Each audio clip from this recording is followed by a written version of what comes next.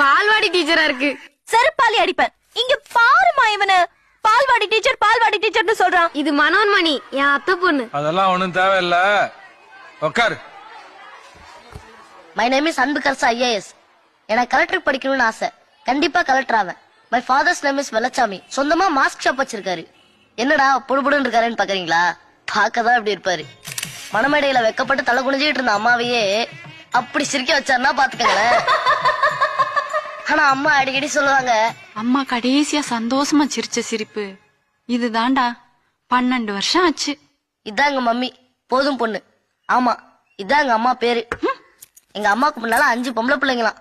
இது ஆம்பளை பிள்ளையா பிறந்தரும், இது ஆம்பளை பிள்ளையா பிறந்தரும் நினைச்சே பெற்றிருக்காங்க. 6வது அம்மாவும் பொம்பளை பிள்ளையா.